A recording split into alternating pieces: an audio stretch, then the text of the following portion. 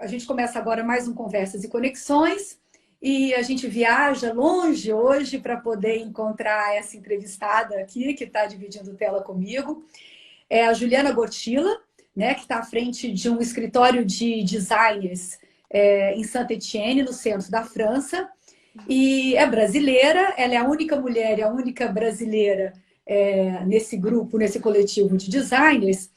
E ela foi para lá para estudar e para buscar opções de trabalho que tivesse a ver com o ideal dela de vida, que é trabalhar com design, como designer, arquiteta e urbanista que ela é, mas trabalhar com o design como uma ferramenta de transformação urbana e social. E é sobre isso nossa conversa hoje. Juliana, seja muito bem-vinda, mas eu queria que você fizesse uma apresentação. Boa noite. Uma apresentação sua. Obrigada pela oportunidade, obrigada pelo convite. Bom, né? Grandes ambições, apresentando assim, tudo faz sentido. Eu me formei pela FAO em 2008 e quando eu estava procurando um curso, eu não sabia se eu queria design ou arquitetura, eu não conhecia do urbanismo, eu estava em dúvida entre as duas disciplinas e... finalmente, quando eu vi o curso da FAO, eu achei que poderia me corresponder. E nessa faculdade eu fiz encontros com professores que foram muito marcantes na minha trajetória profissional. Então, desde o segundo ano de faculdade, eu encontrei a Catarina, que é uma professora de paisagismo da FAO, que abriu a minha visão que um engajamento não é uma boa Engajamento, é isso mesmo. Ela já começa a trocar, as palavras português e francês. Engajamento social numa prática de arquitetura, urbanismo ou design sempre é possível. E isso me abriu uma perspectiva de trabalho e de vontade de poder contribuir para um mundo melhor.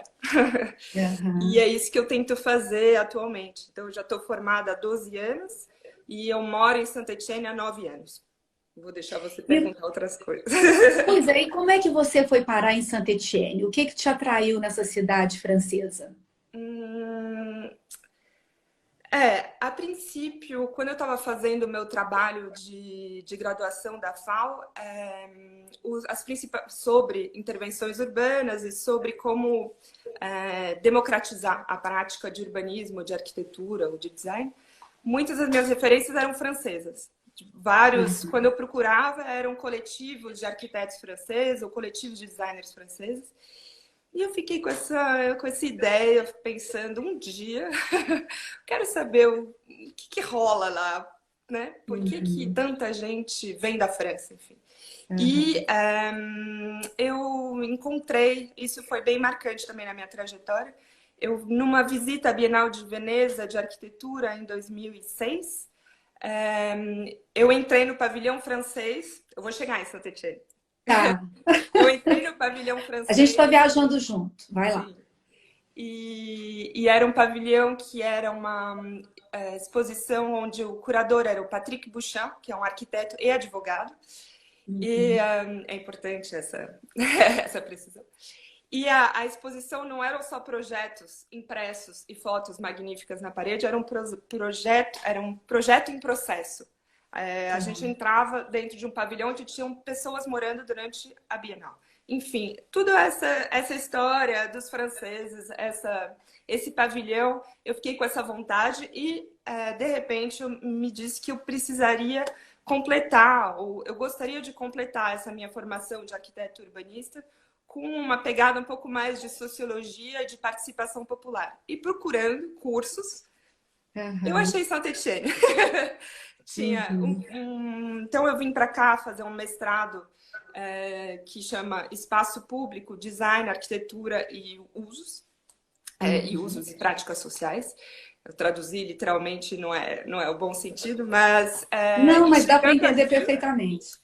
E chegando aqui que eu descobri, enfim, a Bienal de Design, o fato que Saint-Étienne faz parte do networking de cidades criativas. Da Unesco.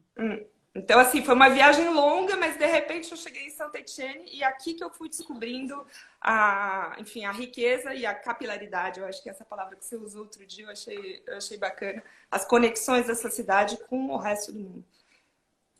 Ô, Juliana, então vamos começar dando alguns exemplos. Por exemplo, o escritório, né, o ateliê Uhum. com que você trabalha com outros designers aí, o Captain Lud, é assim mesmo que se pronuncia? Como você quiser, mas tá bom. Tá, tá. Esses trabalhos que vocês fazem, eu queria pegar como exemplo esse projeto global, né, dos espaços públicos aí de Saint-Étienne, que é um projeto que me parece que tem vai ter mais longo prazo, né? Em que há uma participação coletiva, né, uma participação dos moradores no processo, né, de construção das intervenções de vocês nesses espaços públicos, não só em espaços públicos, mas nas habitações, nas casas, moradias dessas pessoas também. Conta um pouco na prática como é que funciona a criação de um projeto desse. Vamos caminhar um pouquinho junto aí, a execução. Nos conte o que isso tem de inovador. Por que vocês chamam isso de inovação social através do design? Desculpa, eu respiro porque são as grandes ambições, né? Mas a A gente gente tem precisa uma hora, a delas gente vai dar para a gente falar bastante. Mas sobre processos. Então, a gente começou, eu vou começar por um projeto que o Fernando Mascaro falou na entrevista dele também, que é dentro de um programa Human Cities. Então, porque tem vários tipos de projeto que a gente faz. Então, esse sobre que a gente fez com financiamento europeu, então no dispositivo Human Cities, foi um projeto no bairro onde eu moro e onde é o meu escritório, que é muito denso, que não tem espaço público, que está tendo muita demolição. E nós, como arquitetos, urbanistas, designers, enfim, trabalhando nesse bairro, a gente resolveu responder ao edital. Então, não teve uma licitação. A gente respondeu, propôs um projeto nosso e pedindo um financiamento para fazer um projeto.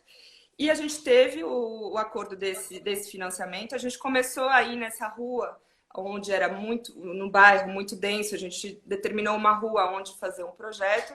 E conversando com os moradores, saiu a ideia, enfim. Eles falaram que o que eles precisavam era uma praça onde eles pudessem sentar, deixar os filhos brincarem, correrem, etc. E dessa maneira a gente começou então, o trabalho sempre começa a partir do morador, não é a partir do escritório, do ateliê de vocês que propõe alguma coisa. É quem vai usufruir desse equipamento urbano ou dessa alteração, modificação na cidade, é que diz o que é para ser feito. Sim. Ele é o nosso chefe. Sim, o que a gente propõe não é um projeto, a gente propõe nossas competências. Então, o que eu sei fazer? Eu sei pensar arquitetura, eu sei potencialmente pensar urbanismo, conheço alguma das ferramentas do design, como eu posso colocar isso a serviço de uma comunidade, de um bairro, enfim, para poder contribuir a uma melhora da qualidade de vida das pessoas de uma cidade. Então, assim, não vou falar da macro escala. O que a gente tenta no nosso ateliê é sempre partir da micro escala, que ela seja o desenvolvimento de uma tipografia para uma escola, feita de maneira coletiva, até ocupar um terreno baldio e desenhar uma pracinha. A escala é enorme. Mas nas nossas competências, né, na nossa sociedade, a gente consegue, no nosso ateliê, a gente consegue trabalhar junto e desenvolver tipos de projeto assim. Mas se quiser, eu volto. Eu quero que você volte no Rio Mancilhos, no exemplo. Então, sobre esse projeto, então a gente foi para a rua, conversar com as pessoas, ver como a gente poderia fazer. E abertamente a gente falou, vamos tentar conversar com a prefeitura e ver por que esse terreno está baldio e por que eles não podem dar a chave para a gente entrar nele e propor alguma coisa. Então tem toda a fase de negociação, que é uma fase que enfim, muitas reuniões, e por isso eu até dei uma brincada no videozinho que eu fiz mais cedo para você, falando uma ferramenta política, o design, enfim, é que às vezes a gente passa 80% do tempo nesse tipo de projeto fazendo reuniões para convencer o governo, convencer o proprietário de um terreno, etc., para emprestar para a gente assina mil comprovantes que tudo vai acabar bem. E nesse caso, então, esse terreno pertencia ao governo e a gente conseguiu ter o direito de ocupar ele durante 2 meses, propondo a construção de um espaço público temporário, sabíamos disso, de uma maneira que a gente pudesse construir um networking de várias empresas locais e ver que tipo de resto de materiais vão para o lixo e que a gente poderia transformar e utilizar isso como matéria-prima para construir uma praça que custasse zero e que fosse também uma ferramenta para que os vizinhos, os habitantes pudessem se expressar e isso é uma ferramenta quando a gente fala de inovação social, etc. É que tem muita gente que faz para esse tipo de coisa, faz um ateliê, faz um brainstorming criativo. A gente começa a plantar, a gente começa a fazer uma pracinha, um banco, um lugar para jogar bola e dessa maneira a gente conversa com as pessoas e começa a imaginar outras maneiras de compartilhar um bairro, de utilizar um bairro. E só para E eu terminar... vi nas... Claro, termina, por favor. Não, vai você. só para terminar, é claro que esse tipo de projeto foi um evento. Então, a gente fala às vezes de intervenção pop-up.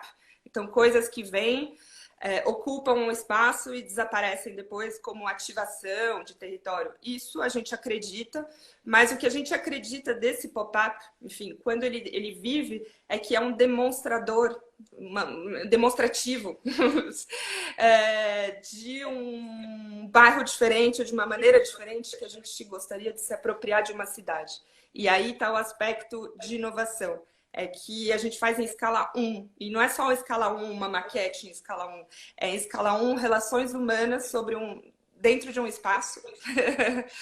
Enfim, que podem convencer novas políticas públicas de transformação, renovação de um bairro.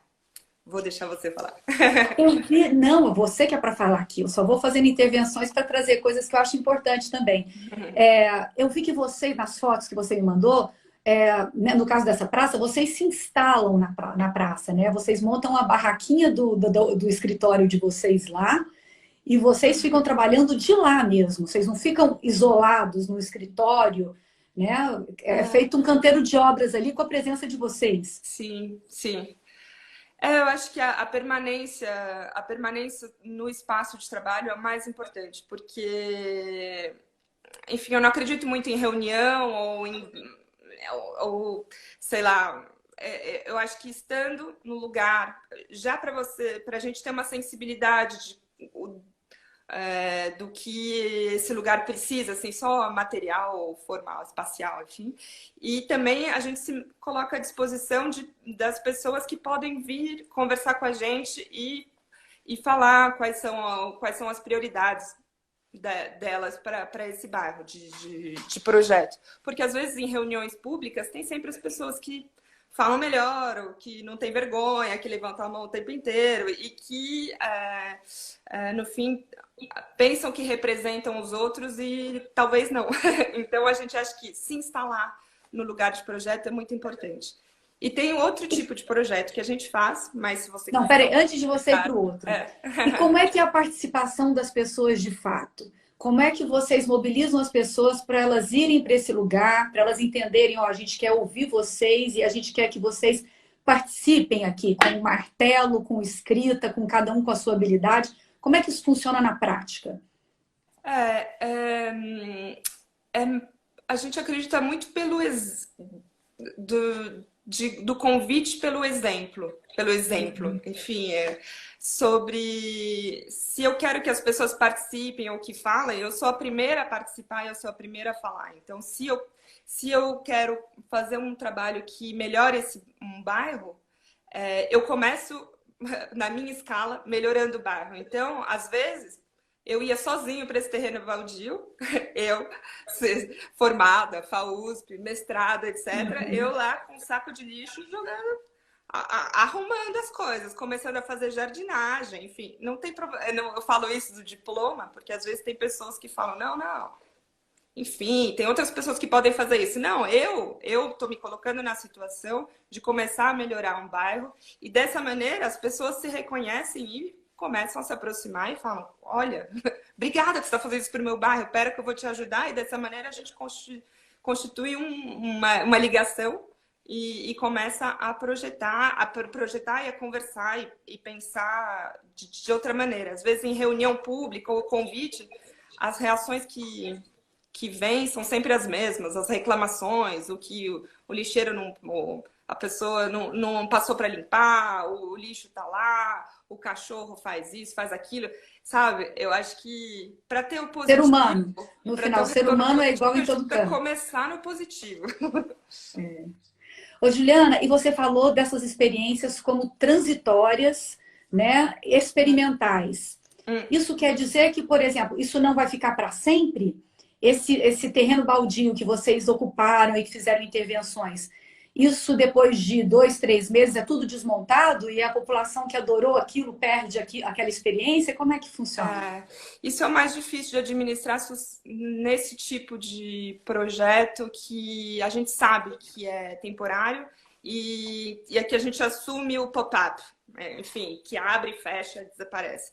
Mas o mais importante é que desde o começo do projeto, a gente consiga explicar isso e incorporar isso com as pessoas que estão participando. E eu acho que é aí que está a dimensão, entre aspas, política desse tipo de projeto, que você fala, vamos fazer durar esses 2 meses, vamos aproveitar não só como um evento, mas vamos ser ao máximo exemplares nessa prática, para, a partir disso, a gente possa fazer um livro, no fim, sobre quais são as preconizações que a gente tem para esse terreno, quais são as nossas demandas, e é um degrau acima. E, enfim, a gente usa muito esse tipo de projeto de ativação temporária para tentar forçar, entre aspas, o poder público a aceitar novos tipos de projeto. Mas nós também trabalhamos pro poder público, então, com projetos de licitação, de renovação urbana clássicos, que estão integrando agora, de maneira muito atenta, a participação popular e projetos experimentais como processo. Mas talvez eu explique isso mais tarde. Sim. E quando vocês, depois de uma ação, né, realizada, e que está com uma grande aceitação popular, participação popular, mudou o uso daquela parte do bairro com isso, né? Criou um convívio social interessante. Vocês, depois disso, vocês conseguem convencer os políticos, né, a trazerem isso para eternizar o projeto? Para que ele não seja só temporário? Como é que tem sido esse jogo aí de negociação? Esse é o eterno debate. Suave. Você está vendo? As minhas rugas não não é só a maternidade. Não, enfim. Pois é, desse projeto específico que a gente fez em 2017 nesse terreno com o financiamento de Human Cities, como a gente tinha muito respaldo, digamos assim, ou muito... Tinha a Josiane Franck, a Cité do Design e a Fundação da Europa, sabe? Ou seja, grandes instituições por trás. Por trás. Digamos que as coisas passavam um pouco melhor com o poder local, vai. Mas o que é muito interessante dessa experiência é que de lá os vizinhos se encontraram nessa praça e eles resolveram se formar uma ONG e eles mesmos irem diretamente, sem passar por uma estrutura como a minha, ou como outra, o centro social do bairro e tal, eles foram ver diretamente o poder público e pedir para continuar, que eles assumiriam toda a responsabilidade. E, a partir desse momento, um outro terreno foi dado a eles, e agora já faz 2 anos que esse terreno está sendo administrado só pelos vizinhos. E para a gente, como desdobramento, é a melhor coisa, porque nós vemos na nossa missão como iniciar um processo, iniciar uma nova maneira e utilizar ao máximo as nossas competências para, sei lá, novos paradigmas, né? Então, a partir do momento que pegou, as pessoas podem continuar elas mesmas e, nesse caso, tem continuado e tem sendo muito produtivo, muito positivo. Desculpa. Esse é o melhor retorno que vocês podem ter, né? Sim, e aí que está a parte que tem os teóricos da inovação social, etc. Esses vizinhos nunca tinham pensado, eles não se conheciam, então muito menos pensado em se organizar para administrar uma pracinha pública. E desse projeto nasceu isso. Então, acho que enfim, como arquiteto, urbanista, designer, é o melhor que tem. E um outro projeto foi o tobogã que a gente fez na escadaria na frente do meu ateliê, e que a gente, para conseguir convencer o poder público e passar nas normas de poder ser instalado um mobiliário urbano em espaço público, acho que se tem designers escutando a gente, todo mundo sabe o que é para conseguir Sempre tem designers escutando a gente. Enfim, a gente conseguiu, a sacada foi fazer esse escorregador, né? Eu falei tobogã, acho agora há pouco. Esse escorregador de maneira modular e que a gente pode montar e desmontar rapidamente e as pessoas podem brincar escorregando nesse tobogã. E dessa maneira, esse espaço vira um espaço lúdico durante o tempo que esse escorregador está instalado. Enfim, a gente pode mostrar mais fotos depois, né? Eu vejo que você sempre compartilha depois imagens. Eu coloquei um monte de foto do trabalho de vocês nas redes da Conexão Designer e deu retorno, as pessoas comentando, muito bacana. Sim. E me conta uma coisa, quem é o coletivo de profissionais que trabalha com você? Quem é que são as pessoas por trás desse trabalho? De que formação são? Se você precisa também, dependendo do projeto, agregar novos profissionais, como é que é esse coletivo aí de profissionais que faz esse trabalho? Claro. Então, no nosso ateliê de design, né, Captain Led, nós somos 3, são 2 designers da Escola de Design daqui de Saint-Étienne e eu.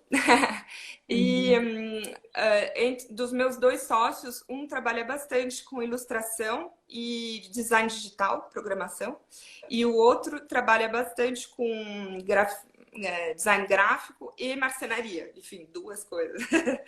Então, esses são os meus sócios perenes, sei lá como falar, meus sócios do cotidiano, com quem a gente desenvolve, sempre é o nosso núcleo de trabalho.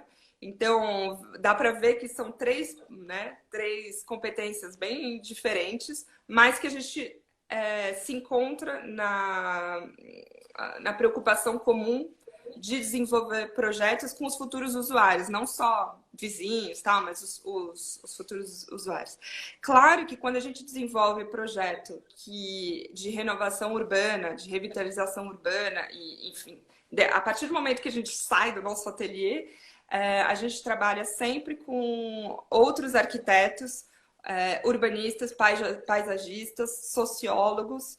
A gente tem uma rede, não só de pessoas de Saint-Étienne, mas a gente pode falar Saint-Étienne e Lyon, com quem a gente desenvolve projetos e dessa maneira a abordagem pode ser mais completa para alguns projetos, sem esquecer das ONGs locais. Então, em cada bairro que a gente vai trabalhar, a gente, em primeiro lugar, vai ver o centro social, o centro cultural, ver de que maneira a gente pode colaborar. E no bairro em questão, onde a gente está instalado, a gente trabalha o tempo inteiro com o centro social do Cai do Rock. Então, Ô, Juliana, olha aqui, ó, o Marcos, deixa eu ver se eu vou falar o nome dele direito. Pibertoncello está dizendo assim: Juliana, que trabalho fantástico, vem fazer no Brasil também. Então, eu queria que você contasse... A Berton não quer me contratar? Desculpa. Você conhece ele? Conheço. Então, vamos contar para ele que na nossa conversa você fala que tem muita vontade de vir para o Brasil para fazer isso, né? Mas eu então queria que contasse assim, essa primeira aproximação sua, né, de volta com o Brasil, que essa pesquisa que você fez entre as cidades de Saint-Étienne, Rio de Janeiro, São Paulo e Detroit. Isso. E como pesquisa, qual é a similaridade que existe entre essas cidades, que a princípio eu não consigo enxergar. Quer dizer, Detroit e São Paulo, talvez sim, né? Alguns aspectos. Mas o que é esse trabalho que você está desenvolvendo com essas cidades? Essa pesquisa, então, eu fui convidada pela Universidade de Michigan, pela arquiteta Anya Sirota e a advogada Anna Choike. Essas duas professoras estavam pensando em desenvolver um projeto justamente de pesquisa entre Detroit, Rio e São Paulo, mas assim, sobre resiliência urbana. E nessa Bienal de Design de 2017, foi a mesma que a gente propôs esse terreno, enfim, essa praça. A gente se encontrou em Saint-Étienne, porque Detroit é uma cidade UNESCO também, uma cidade criativa. E quando elas viram o meu trabalho, e quando nós começamos a conversar um pouco mais sobre o trabalho delas, a gente achou esse assunto em comum entre Saint-Étienne e Detroit, cidades pós-industriais, digamos assim, que estão encolhendo, né? Que estão perdendo muita população. Então, bom, Detroit é flagrante, Saint-Étienne não. Fecham-se as indústrias e as pessoas perdem a possibilidade de trabalho, de emprego e vão embora, vão para cidades onde conseguem ter fonte de renda, né? Exato. E Saint-Étienne é o mesmo movimento, então, desde 1970. Enfim, muitas coisas em comum, inclusive o amor por Lina Bobardi, isso é importante. A relação com o Rio e São Paulo. Elas não conheciam nenhum coletivo, nenhum projeto no Rio e São Paulo, então elas me convidaram para ser meio que a curadora da parte dessa pesquisa no Brasil. E então a gente fez uma viagem de estudo com 16 estudantes em 2017. A gente passou um mês no Brasil, 15 dias em cada cidade. E claro, antes de um mês no Brasil, tínhamos passado 15 dias em Detroit. O que tem em comum é que tem muito projeto interessante que é completamente administrado por pessoas que não são escritórios, não é o poder público, são pessoas autônomas ou ONGs que estão desenvolvendo projetos para melhorar os bairros onde elas moram, seja em Detroit, seja no Rio, seja em São Paulo, seja em Saint-Étienne. Então, é claro que o contexto de Rio e São Paulo, crescimento descontrolado, a gente foi em 2017, então Copa do Mundo, Olimpíadas tinha acabado de ser, então assim, o contexto, claro, não é o mesmo, sempre falar da cultura, etc., e contexto político, mas o que une essa pesquisa que a gente desenvolve desde então é essa riqueza de propostas de inovação, podemos falar de inovação social e urbana, administrada e por pessoas normais, falando assim. Enfim, por muito moradores, próxima, né? práticas bottom-up. A gente fala, enfim, tem a expressão em inglês, mas que a gente usa sempre, né? Realmente são práticas que vêm de baixo para cima. Como você falou, começando da rua, conversando. E o que vocês vão fazer com esse trabalho? Isso vai virar um livro e depois esse livro vai ser utilizado para alguma ação? Qual o resultado vocês pretendem chegar com esse trabalho? A ideia é fazer um livro e que esse livro possa virar uma exposição, que possa ser itinerante. Então, o que a gente começou é, claro, uma exposição e o livro que possa ser em inglês, francês e português. E pensar essa exposição que possa já viajar pelas 4 cidades onde tiveram as pesquisas. E o livro, enfim, a Universidade de Michigan que está administrando como editar. O Marcos está aqui de novo. Olha o Marcos dizendo aqui, ó. Então, precisamos ir atrás de investidores para trazer os projetos para o Brasil. Marcos, isso tudo vai virar um livro. Então, quer dizer, não é por falta de projeto. Os projetos já existem, precisa de dinheiro para pôr em prática. Hum. Né? Exato. Essa é uma questão muito importante também quando a gente falou, quando eu falei agora há pouco de políticas públicas, porque não é só a questão de leis, é a questão de uma política proativa de financiamento também de projetos. Então, claro, pode ser bancos, pode ser financiamentos privados, é claro, mas a diferença é que em Saint Etienne, a diferença, enfim, por que eu moro em Saint Etienne e não voltei até hoje para o Brasil? Aqui Uhum. eu posso fazer esse tipo de projeto a minha vida profissional. Eu posso trabalhar com isso no Sem meu ser dia a dia, voluntária, você porque sem vive ser disso. voluntário, porque existe financiamento público, seja por jeito de editais, seja por licitações públicas, que eu consigo fazer esse tipo de trabalho perto dos Uhum. habitantes para desenvolver, melhorar bairros Uhum. e que são pagos, enfim. Nos Estados Unidos, esses projetos em que a gente pesquisou, a maioria deles é financiado por fundações. Então, tipo, Ford Foundation, todas as indústrias que foram para outros lugares financiam projetos culturais, sociais, etc. E no Brasil, os coletivos que a gente entrevistou, todo mundo na raça, voluntariado puro, e muito, assim, é muito por doação, tipo mecenato, mecenato que a gente fala. Enfim, Sim, eu mecenas. tô vendo aqui Hum, a Ethel Leon é uma historiadora de design e, aliás, eu estou fazendo um curso online agora com ela, é a professora também, né? Um curso maravilhoso sobre a história do design. E ontem eu divulguei, eu pedi licença para ela e divulguei essa nossa entrevista hoje, chamando as pessoas do curso para assistirem. hum, E a Ethel comentou sobre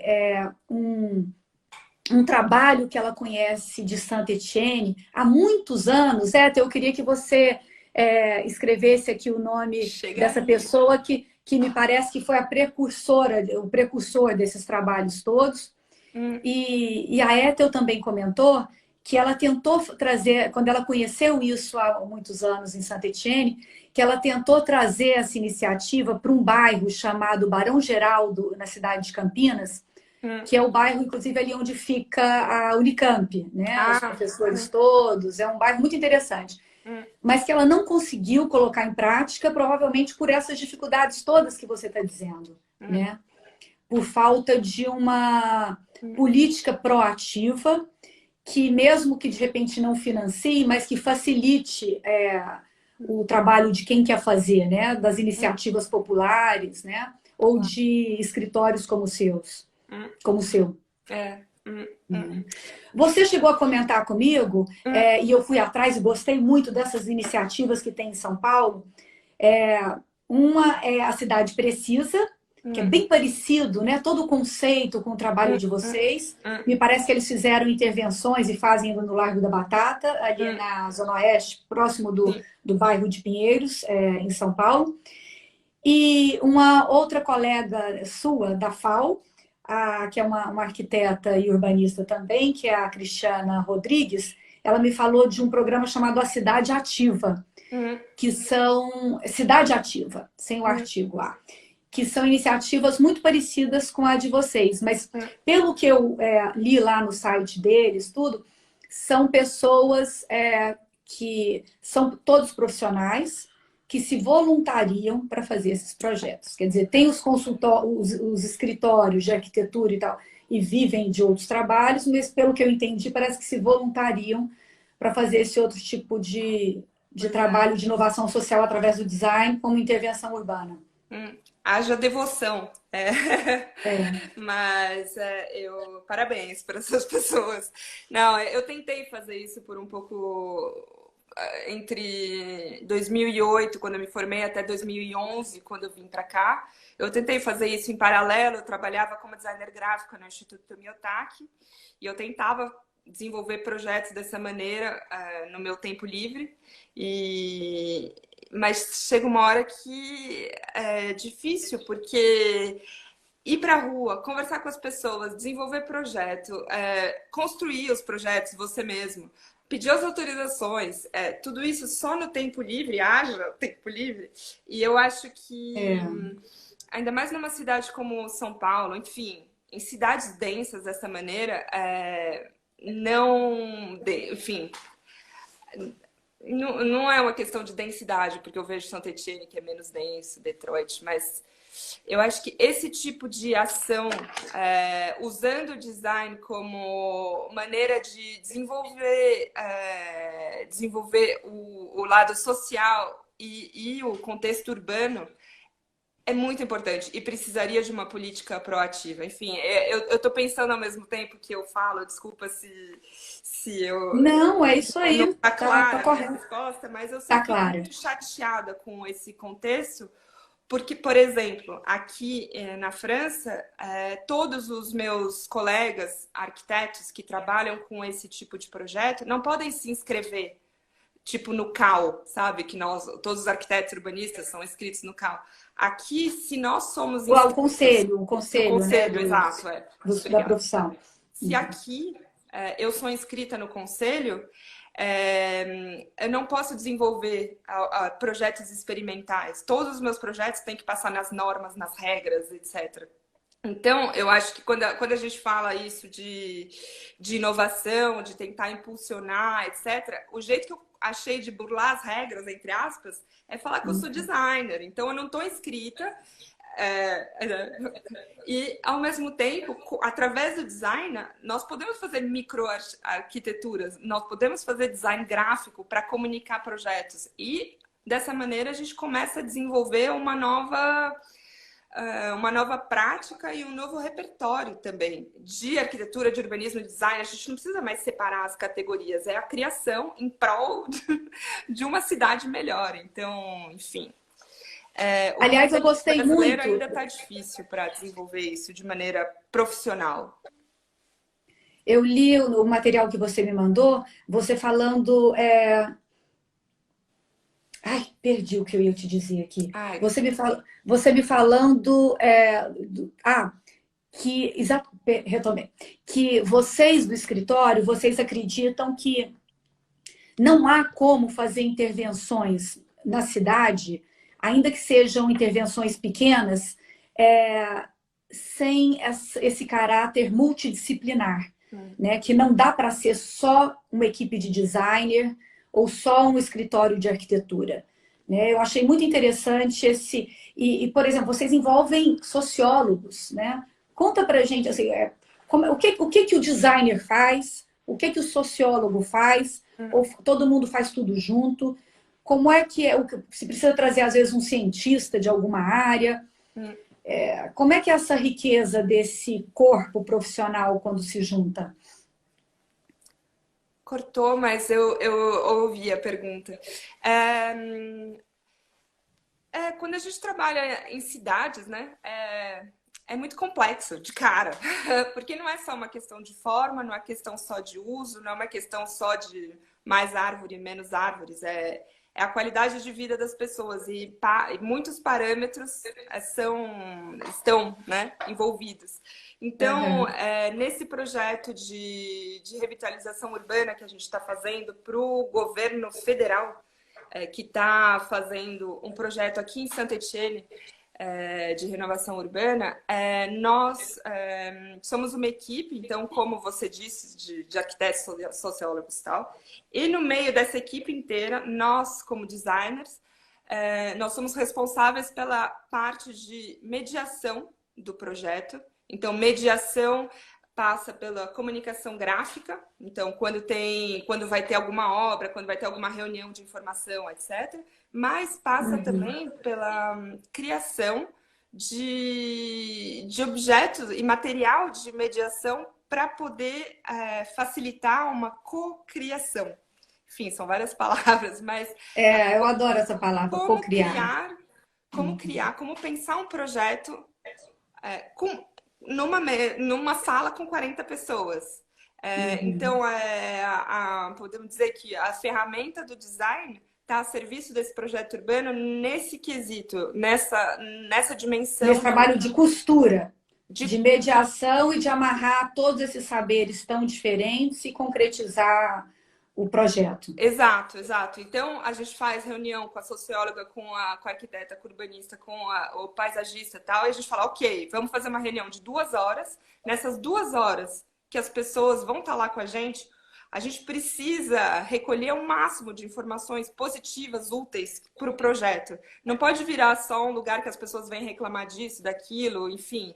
Porque às vezes é isso, né? Não tem a subprefeitura, enfim, que não estava aberta aquele dia, a pessoa... Enfim, não. Então, a gente já pensa um formato bem dinâmico, a gente cria sempre como se fossem jogos de tabuleiro, enfim, que as pessoas sentam em volta de uma mesa e já jogam naturalmente. Mas, assim, esse jogo de tabuleiro se você mudar o seu peão, 3 casas, vai fazer isso, vai fazer aquilo em termos de obra e tal. Então, enfim, é meio... Eu vi um jogo das fotos que A você gente me mandou. desenvolve jogos, a gente desenvolve maquetes, mas daí não são maquetes maravilhosas, assim, sabe? É maquete na escala do Playmobil. Então, sabe? Todo mundo já brincou de Playmobil na vida. Então, sabe? Quando são aquelas maquetes maravilhosas, ninguém toca. A gente faz de propósito de fazer Playmobil. Então, as pessoas brincam com o carrinho, vê com a bicicleta. E dessa maneira, a gente começa a introduzir os assuntos de, ok, tem muito carro no bairro, então a gente quer pensar como usar mais a bicicleta. Então, se vai fazer uma ciclovia, talvez precise aumentar um pouco a calçada, precise ter menos espaço para o carro. Então, esse desenvolvimento de objetos e suporte de mediação feitos por nós contribuem para os diversos campos, enfim, ou para o sociólogo, para o urbanista, etc. E é uma maneira fácil das pessoas se apropriarem do projeto do bairro deles. Então, tem essa dimensão e tem a dimensão experimental também, mas fazer uma pausa. Eu acho isso fantástico e é muito rico, assim, como que através de algo lúdico, né, você consegue trazer tantos elementos, aproximar as pessoas para que elas entendam e de repente elas, interagindo ali com o jogo, elas apontam soluções que às vezes o grupo todo não tinha pensado. Eu vi uma dessas maquetes que você me mandou por foto, que é exatamente um desenho de uma rua, os carrinhos circulando, e aí tem várias pessoas ali exatamente movendo as peças nesse tabuleiro para criar, a ideia é criar cenários que podem se tornar reais, né? Isso. E a partir daquilo ali levantar o debate. Exato. Então, é isso. Os nossos projetos do nosso ateliê não se resumem apenas a uma intervenção temporária, uma intervenção experimental. A gente tenta entrar desde o começo de concepção de um projeto para abrir da maneira mais participativa e democrática possível. Então, isso é o processo, isso é exatamente o que você fala. Que as pessoas, que o processo interessa muito a vocês e é tão rico quanto o produto final. Exato. Né? Quanto a intervenção propriamente dita no bairro, né? Sim. Às vezes mais rico. Não, mas sim, claro. O objetivo final sempre é que as coisas tomem forma. Então, às vezes, quando muda a gestão da prefeitura, quando alguma coisa acontece no meio do desenvolvimento de um projeto desses e que não existe algo que tem uma forma no fim de todo esse processo, às vezes é meio frustrante. Mas o que a gente começou a ser muito reconhecido em Saint-Étienne e começa a ser na França é justamente por essa inovação de ferramentas para facilitar processos e para ferramentas que não são o design pelo design, mas é o design a serviço de um projeto maior. Então, que pode passar pelo design gráfico, pode passar pelo design digital ou pode passar pelo design de mobiliário urbano, enfim, um pouco mais de marcenaria. É isso. E eu vi que vocês não contratam pessoas para fazer. Vocês é que fazem, né? Vocês que vão lá, que cortam a madeira, que lixam, e aí provavelmente algum morador que seja pintor. são vocês fazendo, né? Não é que é depois contratado um mestre de obra, nada disso, né? A gente tem essas raízes brasileiras, né? Que sempre tem alguém mais que pode dar uma mão aqui. Bom, além da mão de obra ser muito cara, o tipo de trabalho que a gente faz, não quero falar que a minha é barata, mas enfim, o tipo de trabalho que a gente faz é essa permanência e fazer as pessoas participarem pelo exemplo. Então, para a gente não é só cortar uma madeira. Entregar a benfeitoria no bairro, né? Não é só entregar Não a é. benfeitoria. Exato. Claro, tem projetos e projetos. Tem alguns que a gente tem o tempo só de concepção, tem alguns que as pessoas chamam a gente só para o processo, tem outros que a gente vem só fabricar. Os que a gente gosta de fazer é do começo ao fim, porque, enfim, e é isso que a gente vem priorizando há 3 anos, de começar projetos e desenvolver até o fim. Então, a gente desenvolve já de uma maneira que a gente possa construir nós mesmos, ou nós mesmos quando é instalado em terrenos baldios, porque tem a questão de norma. Então, como é terreno baldio e ele continua fechado, tem uma portinha que abre, a gente não precisa respeitar a norma. A partir do momento que precisa respeitar a norma, são as fotos que eu mandei para você do calçadão, inspirado nos parklets que a gente fez. E aí sim a gente passa para outra mão de obra, enfim, para pessoa, para ferralheiro, enfim, para marceneiro, que daí vai aprovar exatamente 1000 coisas e que, bom, tem um outro custo também. A Karine está aqui perguntando. Não sei se perdi, mas quem paga o trabalho de vocês? Ai, menina!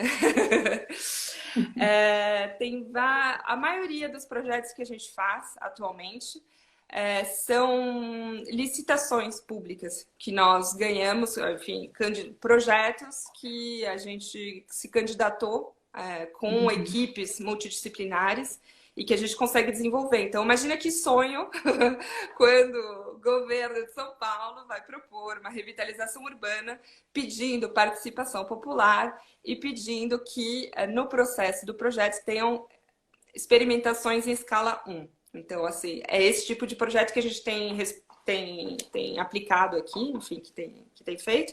E tem uma parte também que é a parte de edital. Então, são projetos mais de autor, né? Poderia falar assim, enfim. Por exemplo, projetos que nós, passeando na rua, temos uma ideia e a gente escreve e tenta ter um financiamento. Então, a gente fala, é meio o nosso queridinho, é esse projeto que a gente não tem chefe, entendeu? Os outros de licitação, haja reunião no governo, mas, bom, eles financiam a gente. Os outros, claro, é o financiamento público, mas são projetos da nossa cabeça. Juliana, nosso tempo está quase acabando.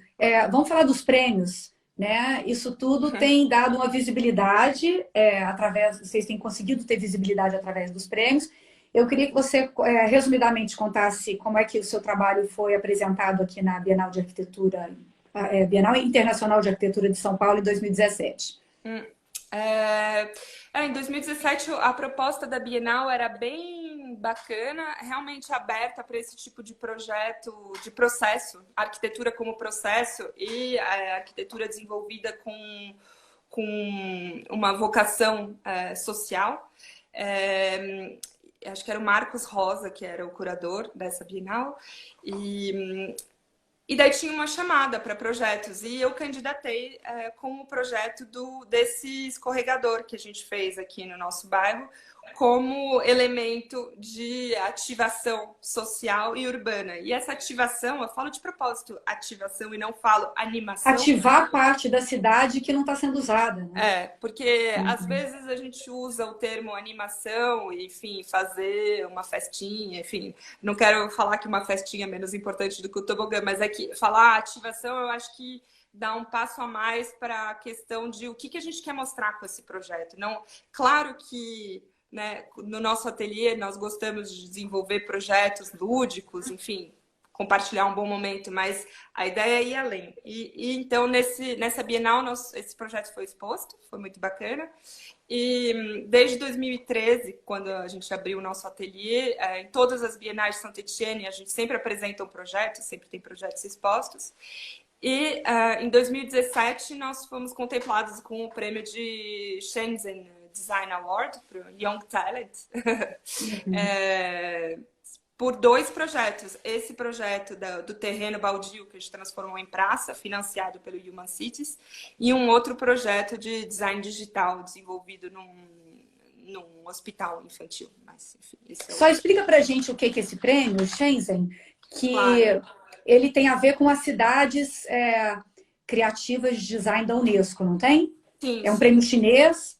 Sim, Shenzhen é uma das cidades do networking das cidades criativas e a cada 2 anos eles propõem esse prêmio e para candidatar, enfim, tem que ser, acho que no máximo ter 35 anos, precisa, realmente um prêmio destinado a jovens talentos e o que eles propõem é dar uma visibilidade para os projetos contemplados e, claro, tem uma remuneração também.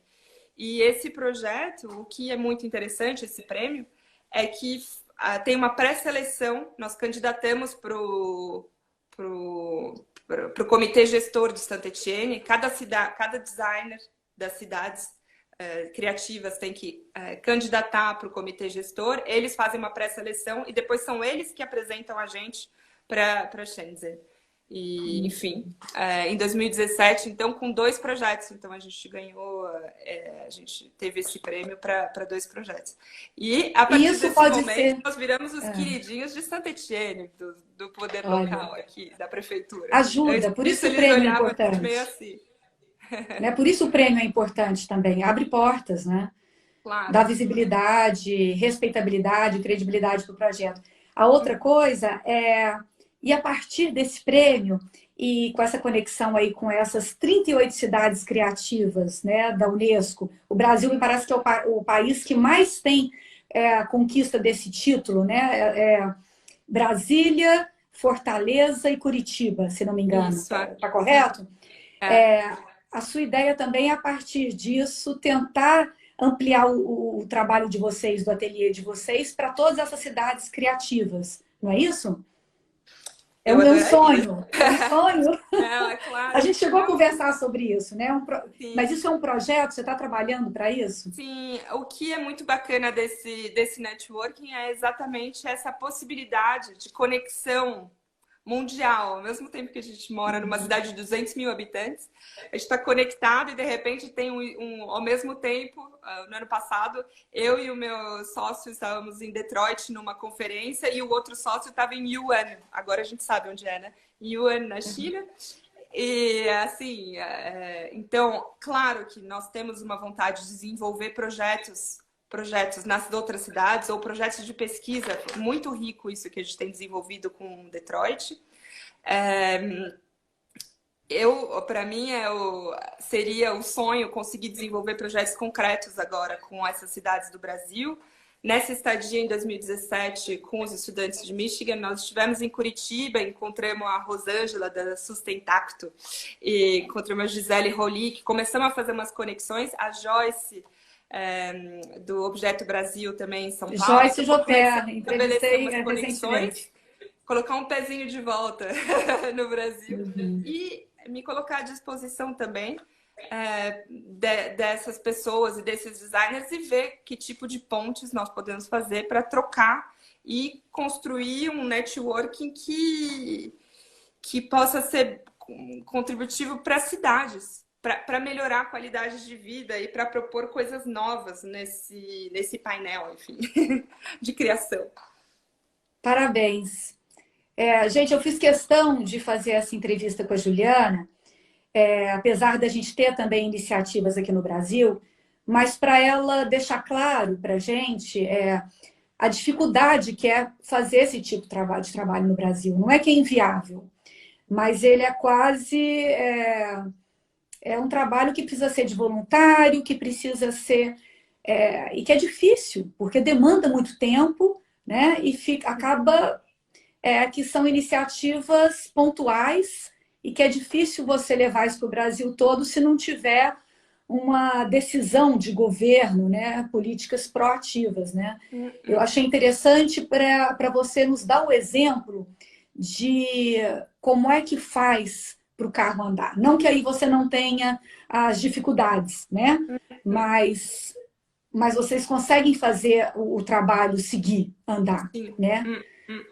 Então, achei importante a gente dar o exemplo e tentar te trazer para cá, Ai, para fazer, leva. né?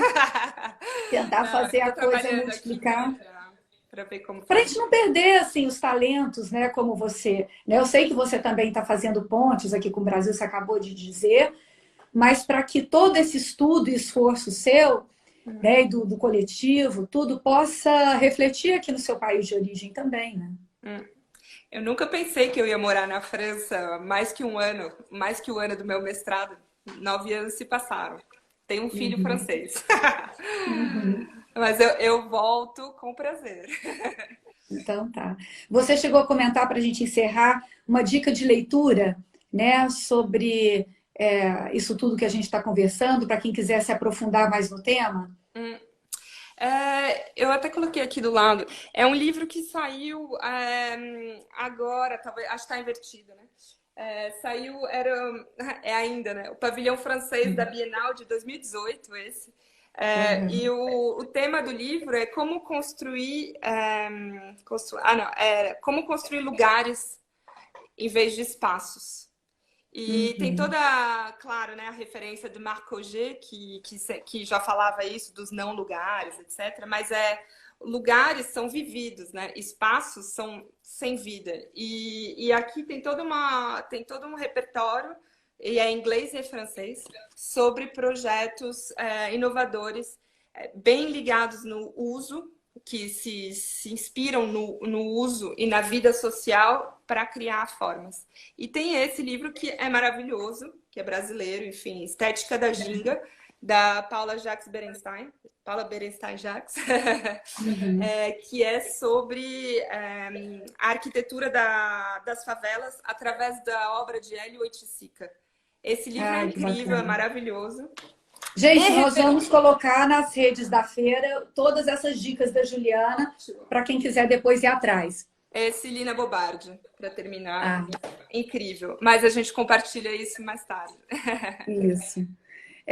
Juliana, muito obrigada. Eu vejo aqui o retorno das pessoas, todo mundo agradecendo, dando parabéns pelo trabalho, querendo ter você aqui com a gente, né? E coragem, né? Que o ateliê cresça para Obrigada. vocês poderem cada vez mais poder se dedicar, né, a outros países, a outras cidades pelo mundo, como você já vem fazendo, né, com Detroit, São Paulo, Rio, né, que isso consiga Curitiba, que isso consiga ter uma dimensão cada vez maior, né? O design como ferramenta de transformação social e urbana, né? Isso eu tenho aprendido com vocês. Imagina, muito obrigada. Eu que aprendi bastante esses dias que a gente vem conversando. Obrigada. E obrigada, boa noite, boa madrugada, pelo seu esforço, né? Que você está aí agora 1 da manhã, né? Pois E é. você ficou mãe de bebê, né? Né? Recém-nascido, né? Seu menino é pequeno, seu bebezinho. Tem quase 2 anos, mas dá É, trabalho mas é de uma toda fase maneira. ainda que requer muito, Não, né? e é longo. Obrigada pelo esforço para estar aqui conversando com a gente, com 5 horas de fuso de diferença. Parabéns Imagina. pelo trabalho, a gente vai manter contato. É um prazer. Beijo. Obrigada. Obrigada a Tchau. você.